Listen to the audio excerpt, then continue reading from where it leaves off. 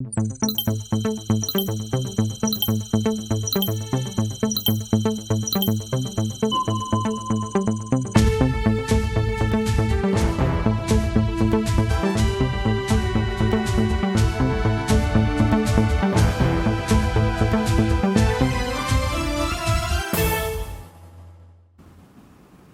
Monsieur, bonsoir, bienvenue à tous. Dans l'actualité de ce 6 février, 69e session du Bureau politique national du Congrès pour la démocratie et le progrès. Un regard critique a été jeté sur la participation du parti aux élections dernières. Des conseils pour mieux réussir les municipales ont également été formulés. Présentation officielle à ce jour de la nouvelle association de défense des droits humains basée à Ouagadougou avec des ambitions internationales. Stand Up Human Dignity compte apporter sa pierre à la construction d'un monde meilleur. Vous découvrirez l'association dans un instant. Dans cette actualité, il sera également question de mode. Né dans les années 2000, le nappy séduit tous les jours un peu plus. Mais que renferme ce concept qui exige le retour aux cheveux naturels? Restez avec nous pour découvrir la réponse auprès de femmes maliennes. Mais avant tout cela, nous démarrons ce 20h avec le président du FASO, Rochma Christian Kaboré, qui a pris part à ce 6 février 2021 à la 34e session ordinaire de la conférence des chefs d'État et de gouvernement de l'Union africaine par visioconférence. Cette première session de l'année 2021 était placée sous le thème « Les arts, la culture et le patrimoine, levier pour l'édification de l'Afrique que nous voulons ». Outre l'examen des rapports, des projets de décision et des questions politiques, sécuritaires, stratégiques et budgétaires, la conférence élira son bureau et le président en exercice de l'Union pour l'année 2021 et procédera à l'élection des 6 commissaires de la Commission. La problématique d'une synergie d'action dans la lutte contre le Covid-19 était également inscrite dans l'agenda de cette rencontre. D'une session, nous passons à une autre, mais celle-là concerne le Bureau politique national du Congrès pour la démocratie et le progrès.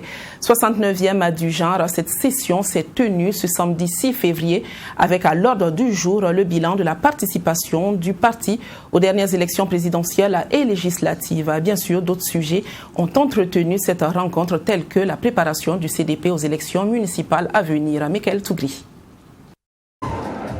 À cette 69e session du Bureau politique national du CDP, il a été question de passer en revue le rapport bilan de la participation du parti aux dernières consultations électorales. Des consultations électorales émaillées de quelques dysfonctionnements et au CDP, les résultats de ce double scrutin ne traduisent pas la vérité des urnes. En tout cas, c'est la conviction de son président, Edi Kombouego. Alors on se pose des questions sur la démocratie. Que deviendra cette démocratie si les acteurs de la politique ne sont pas capables de traduire et de donner la réalité des urnes? Nous devons nous armer de force et de courage pour reconstruire une démocratie de confiance, une démocratie manifestée par la volonté des populations. On nous a attribué 20 députés, mais nous voulons ici vous rassurer que le nombre ne traduit pas la qualité. Je suis certain qu'avec 20 députés contre 102, nous nous engageons à nous battre pendant ces 5 ans pour que la voix du CDP soit audible, pour que les intérêts supérieurs de la nation soient défendus. À travers cette déclaration, le CDP, qui ne compte que 20 députés, donne les couleurs de sa participation à cette 8e législature. Pour le CDP, le prochain défi électoral reste les élections municipales, un enjeu majeur pour le parti de Edi Kombouego. Il faut se réorganiser pour affronter 2021, dont les élections des municipales seront organisées. Restez courageux et montrer sur le terrain, cette fois-ci, il n'y a pas de tricherie à la CENI, il n'y aura pas de logiciel pour manipuler les résultats, parce que c'est des élections de proximité. Dans un village, il y a 2 ou 3 conseillers. Les acteurs et les candidats sont à proximité et pourront avoir leurs résultats le même soir. À cette 69e session du Bureau politique national, le président du CDP, Eddy Kombouegou, a invité les militants du parti à la mobilisation en vue d'engranger des victoires aux prochaines consultations électorales. Ce 6 février 2021 a été riche en rencontres. Les membres du Nouveau Temps pour la démocratie NTD se sont retrouvés ce jour pour une assemblée générale. Ils ont passé en revue les activités menées par le parti et ont fait le bilan de leur participation aux élections couplées de novembre dernier. Serge Bado pour les détails. Faire le bilan des activités du parti et le point sur la participation du NTD aux élections présidentielles et législatives du 22 novembre dernier, tel est l'objectif de la rencontre des militants, tel est l'objectif de l'Assemblée générale du NTD. Une année qui aura été marquée par la situation sécuritaire et sanitaire, qu'à cela ne tienne. Des acquis ont été engrangés selon la secrétaire générale du parti Zalissa Koumaré et des défis également à relever pour cette nouvelle année. Nous avions pronostiqué un groupe parlementaire NTD. Eh bien, c'est fait avec nos 13 députés élus à l'Assemblée nationale. Nous avions pronostiqué être la troisième force politique. Eh bien, c'est également fait avec une notoriété renforcée. Au nombre des défis auxquels nous devons faire face en 2021, je citerai la tenue de notre 3e congrès ordinaire, en principe en avril ou mai 2021, notre participation aux élections municipales de mai 2021, si ce n'est reporté, la conquête des mairies. Aussi, est-il judicieux de renforcer le dynamisme du parti dans le sens de consolider nos acquis et surtout d'accroître nos capacités sur l'échiquier politique national en perpétuelle mutation. Pour le président national du Nouveau Temps pour la démocratie, Vincent Dabilgou, c'est un challenge pour son parti de garder cette position de troisième force politique. C'est en cela qu'il demande la contribution de tous les militants. Nous devions nous accepter de dire que notre parti a démontré à la phase de notre pays que nous sommes un parti qui s'est bien positionné en tant que troisième force politique de notre pays. Et vous avez vu comment l'ensemble des membres du bureau politique se sont réjouis de cette nouvelle position. Nous avions surtout dit que cette position, nous devons continuer à travailler pour être un parti qui se construit pour traduire les ambitions de notre peuple. Parce qu'il y a des partis qui se construisent aussi pour se positionner dans les sphères institutionnelles. Nous voulons nous construire pour dire que nous sommes un parti utile au peuple. Notons qu'au cours de cette rencontre, le Nouveau Temps pour la démocratie a enregistré plus de 100 nouveaux adhérents, venus d'autres partis pour certains et d'autres qui font la politique pour la première fois. C'est sous un tonnerre d'applaudissements qu'ils ont été accueillis au sein du parti. La question du respect des droits humains est une priorité pour bien d'organisations burkinabées. Aujourd'hui, il faut compter avec Stand Up for Human Dignity, qui est une nouvelle association du genre. Elle a été officiellement présentée ce jour 6 février 2021 par ses responsables. Et comme le sous-entend sa dénomination, l'association est là pour défendre et promouvoir le respect des droits humains. Abdoulrahim Magnéni. Cette conférence de presse de présentation de l'association Stand Up for Human Dignity marque le démarrage officiel de ces activités. Des activités qui visent à défendre les droits de l'homme et restaurer la dignité humaine. Cette association se veut donc un instrument de promotion des droits humains à travers des actions de sensibilisation et de formation. Assurer la réalisation d'études et de recherches sur des problématiques en lien avec les droits humains en général et les violences basées sur le genre en particulier. Offrir et prêter une assistance juridique qualifiée ou tout autre conseil et appui pertinent pour la défense des droits humains en général et basé sur les violences basées sur le genre en particulier. Nous voulons également suivre et évaluer périodiquement la situation des droits humains, contribuer à l'élaboration des politiques et des stratégies de lutte contre les violations des droits humains, mener des actions de plaidoyer pour l'amélioration du cadre juridique et institutionnel de promotion et de protection des droits humains au Burkina Faso, organiser des actions de renforcement des capacités au profit des groupes socio-professionnels œuvrant dans le domaine des droits humains et du droit international humanitaire. Et pour réussir la mission, l'association compte sur ses membres qui, selon le premier responsable, ont une grande connaissance en matière de droits humains en raison de leurs expériences dans les organisations internationales. Il y a le conseil scientifique qui est composé de 5 éminentes personnalités. Là, c'est vraiment des personnalités d'un certain niveau. Éminentes personnalités ayant des compétences avérées sur les questions des droits de l'homme et du genre. Au regard donc de cette expérience et du fait que ce sont des acteurs qui connaissent parfaitement le système onusien, africain, sous-régional et national des droits humains, parce que ce sont des acteurs qui ont participé à toutes les instances, notamment à l'Assemblée générale des Nations Unies, à New York, le Conseil des droits de l'homme à Genève, les commissions techniques spécialisées au niveau donc, de l'Union africaine et au niveau de la CEDEAO. Donc, c'est des personnes qui connaissent tout le rouage institutionnel en matière de droits humains. Dans un contexte de lutte contre le terrorisme au Burkina Faso, l'association entend soutenir les forces de défense et de sécurité. Il s'agit d'aider celles-ci à pouvoir concilier lutte contre l'insécurité et préservation des droits humains.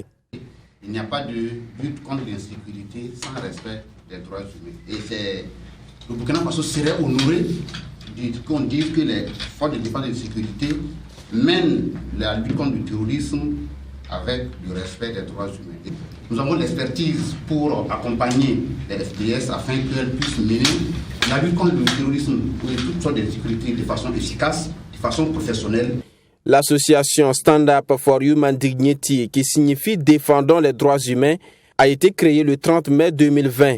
Basée à Ouagadougou, elle a déjà une représentation aux États-Unis d'Amérique et compte s'étendre sur tout le continent africain. Dans ses travaux, elle entend utiliser des méthodes scientifiques fiables afin que ses rapports sur d'éventuelles violations des droits humains soient crédibles.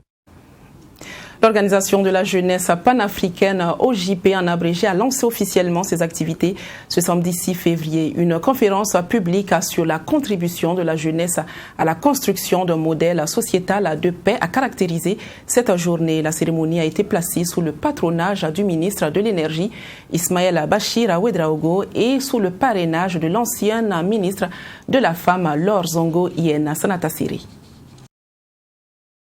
La famille des mouvements panafricains s'agrandit de jour en jour. Le dernier né, l'Organisation de la jeunesse panafricaine, a procédé ce samedi au lancement de ses activités. Et c'est à travers donc cette conférence publique sur la contribution de la jeunesse à la construction d'un modèle sociétal de paix. Une conférence qui se veut un cadre d'échange sur le concept du panafricanisme et le lien entre ce mouvement et la promotion des valeurs de paix vers un développement durable. À cet effet, plusieurs thèmes seront développés. Un panel sur le panafricanisme et la promotion de la paix qui sera développé par le docteur Lee, qui est déjà là, mais également il y a un autre panel qui concernera en fait l'initiation au panafricanisme, l'idéologie même du panafricanisme, qu'est-ce que c'est, qu'est-ce que ça, quelles sont les aspirations à l'intérieur, quel est l'historique, tout. Et nous avons deux panélistes là-bas, à savoir le camarade Bayala Linamwe qui dirige le cadre 2 heures pour Kamita, mais également un autre camarade à la personne de Cheikh Nayara Nagore qui est un grand panafricaniste qui sera là également. Donc ce sont les deux grands panels que nous avons prévus aujourd'hui. Cette initiative a été saluée à sa juste valeur par Laure Zongo Iena, marraine et représentante du patron de cette cérémonie de lancement. Nous voulons les accompagner pour leurs réflexions, pour voir comment ils peuvent puiser dans les valeurs africaines pour donc une mutation vers les valeurs universelles. C'est dire donc que nous, en tant que patrons et marraines, nous nous associons à la réflexion parce que nous nous posons la question quelle société nous voulons laisser à cette jeunesse, à nos frères, à nos sœurs, aux plus jeunes que nous.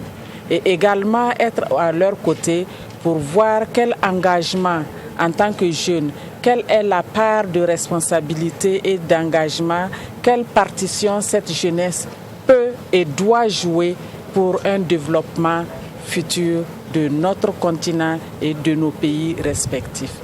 L'Organisation de la jeunesse panafricaine est un mouvement de la société civile créé en 2020. Elle a pour objectif d'initier la jeunesse au concept de panafricanisme et de diffuser les messages de lutte panafricaine pour un retour aux valeurs du peuple noir. Les participants à cette conférence publique sont entre autres des étudiants, élèves et adeptes du panafricanisme. La Loterie nationale burkinabé, une fois de plus, justifie son slogan « Les lots aux gagnants et les bénéfices aux Faso ». C'est 4 et 5 février 2021. Elle a procédé à la remise de gains à 31 vénards de la ville de Koupela et de Tenkodogo. Ces heureux gagnants doivent leur récompense à leur participation au jeu concours de fin d'année organisé par la LONABI. Serge Badou. Ils sont au total 20 gagnants à ce jeu organisé par la Loterie nationale burkinabé, une initiative qui a pour objectif de permettre aux détenteurs de tickets de loto perdants d'avoir une seconde chance de gagner, selon Ismaël Ouedraogo, directeur régional de l'Est de la LONABé. Comme toute société responsable, à un moment donné, il faut penser à la clientèle. Et comme c'était la fin d'année, il fallait quand même que nous pensions à notre clientèle pour leur permettre de bien fêter. Et vous comprenez que c'est lié un peu à certaines procédures. Sinon, on aurait voulu que, une fois que le jeu finit net, on remet le lot pour que les intéressés puissent profiter de la fête. 20 bons d'achat d'une valeur de 50 000 francs chacun. C'est ce qui a été distribué aux heureux gagnants du jour. Et pour Bourema Dembega, c'est une joie pour lui d'avoir reçu ce bon d'achat, lui qui a plusieurs fois perdu à ce jeu. Je suis content parce que des fois je joue, je gagne, je perds. Bon, malheureusement le temps passé, j'ai pas eu à gagner. Mais avec le jeu, vraiment aujourd'hui on m'a récompensé. Je suis très content et remercie l'ONABé et d'avoir fait cette récompense-là. Nous remercions l'ONABé et j'ai pris à certaines personnes aussi de jouer, de continuer de jouer. Quand tu joues, tu gagnes et quand tu ne joues pas, tu ne peux pas gagner. Après Koupila, le cap a été mis sur Tenkodogo. Là, ils sont 11 à bénéficier des lots de la nationale du jeu du hasard. 10 bénéficiaires d'un bon d'achat de 50 000 francs et un qui répare avec un téléphone portable d'une valeur de 70 000. Et pour le chef de service commercial de la LONABé de l'Est, Idrissa Demian, le jeu consistait à collecter 10 tickets de la tranche téléphoto ou 15 tickets de la tranche Tombola Minute Plus, mettre dans une enveloppe, mettre son nom, prénom, son numéro de téléphone, date de naissance, déposer à la LONABé contre un ticket de participation. Je félicite les gagnants, voilà, ils ont pris le courage de garder les tickets, ils ont perdu. Voilà, ils ont tenté l'échange en jouant le jeu concours. Il y a d'autres qui ont gagné des téléphones, d'autres ont gagné des bons d'achat. Voilà, j'ai juste lancé un appel aux clients de la LONABé. Je vais toujours faire confiance à la LONABé. Avec la LONABé, là, on ne perd jamais. Valentin Bambara, heureux gagnant du jeu concours à Tenkodogo, se dit satisfait de son lot. Il invite par ailleurs les parieurs à jouer avec modération. C'est un sentiment de joie, puisque lorsque vous jouez à un jeu, votre souhait c'est de gagner. Alors j'ai joué à plusieurs reprises en fait en grattant des tickets. J'ai beaucoup perdu, mais au finish, je suis gagnant dans la mesure où on m'a sélectionné parmi justement donc les 11 gagnants pour bénéficier donc du bon d'achat que la LONABé offre chaque fin d'année. Donc c'est un sentiment de joie et ça encourage à jouer, même s'il faut jouer avec beaucoup de modération. Lancé le 1er décembre 2020, le jeu concours spécial de la LONABé a pris fin le 31 décembre. Plusieurs lots étaient en jeu, notamment des villas, des postes téléviseurs, de bons d'achat. Et selon le directeur régional de l'Est de la LONABé, ce jeu est le reflet du slogan de la LONABé qui est « Les lots aux gagnants, les bénéfices aux fasos ». Un peu plus de rythme dans ce journal. Après la sortie de son premier album en 2019, l'artiste Amzi revient sur la scène musicale avec un nouvel album de 12 titres baptisé Ma Mission. D'un rythme afro-rap, cet album a été dédicacé hier à 5 février à Ouagadougou, à Mi-Valian, avec la voix de Abdoulrahim Magnéni.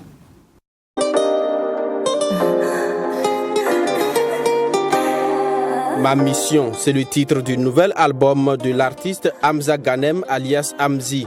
Dans ce nouvel album de 12 titres, l'artiste parle de son engagement pour la promotion de la culture burkinabé, notamment celui de faire voyager la musique burkinabé hors de nos frontières. Et pour cela, l'artiste compte sur ses fans pour y arriver.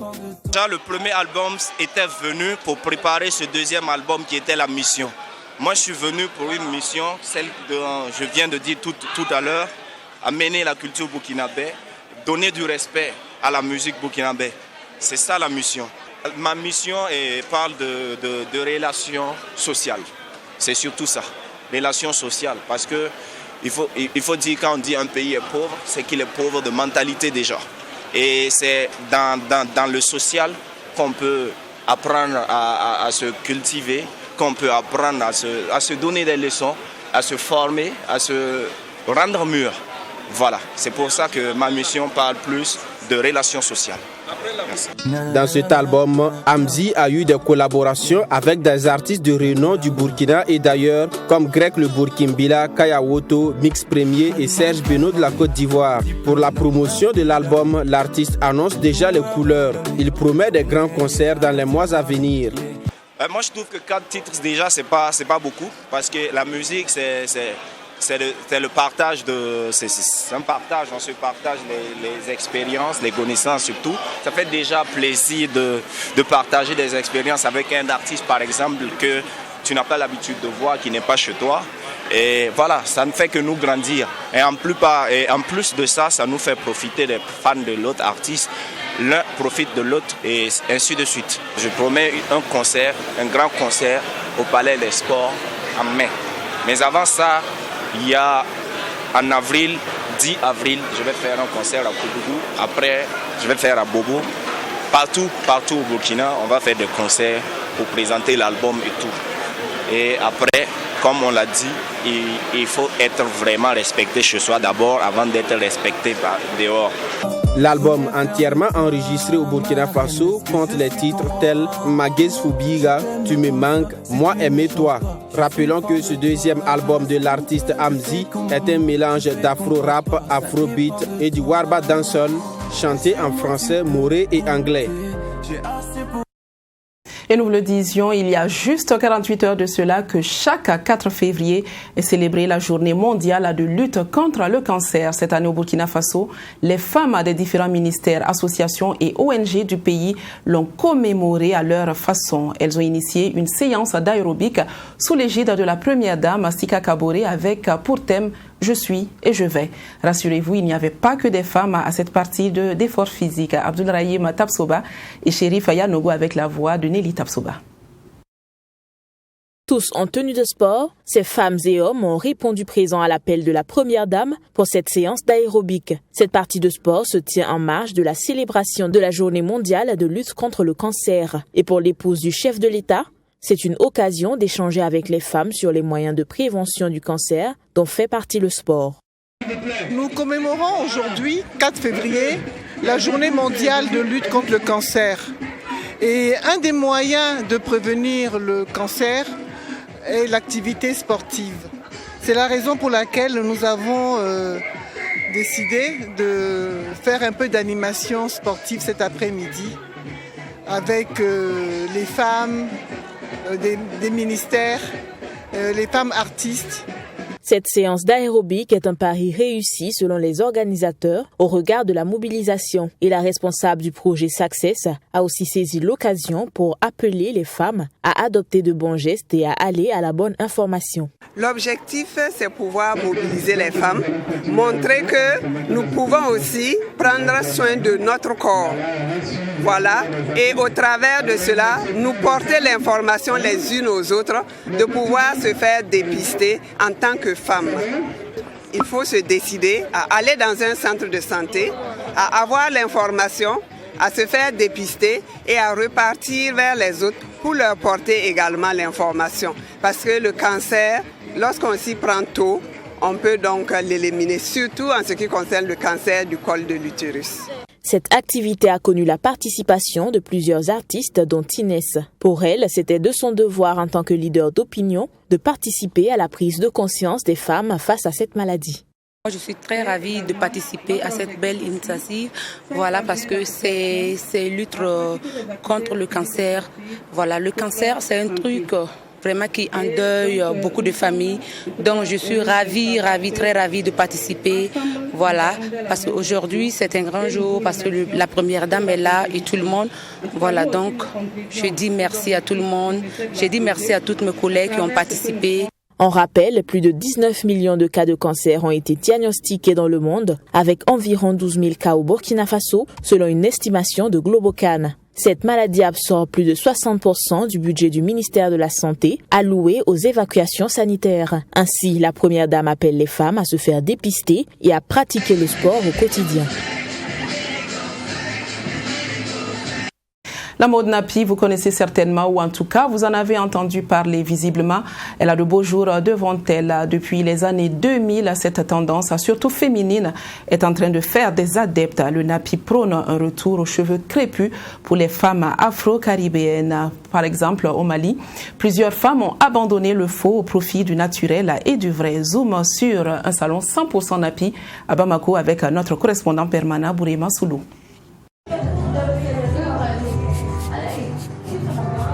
Dans ce salon situé en plein cœur de Bamako, les couleurs sont clairement affichées.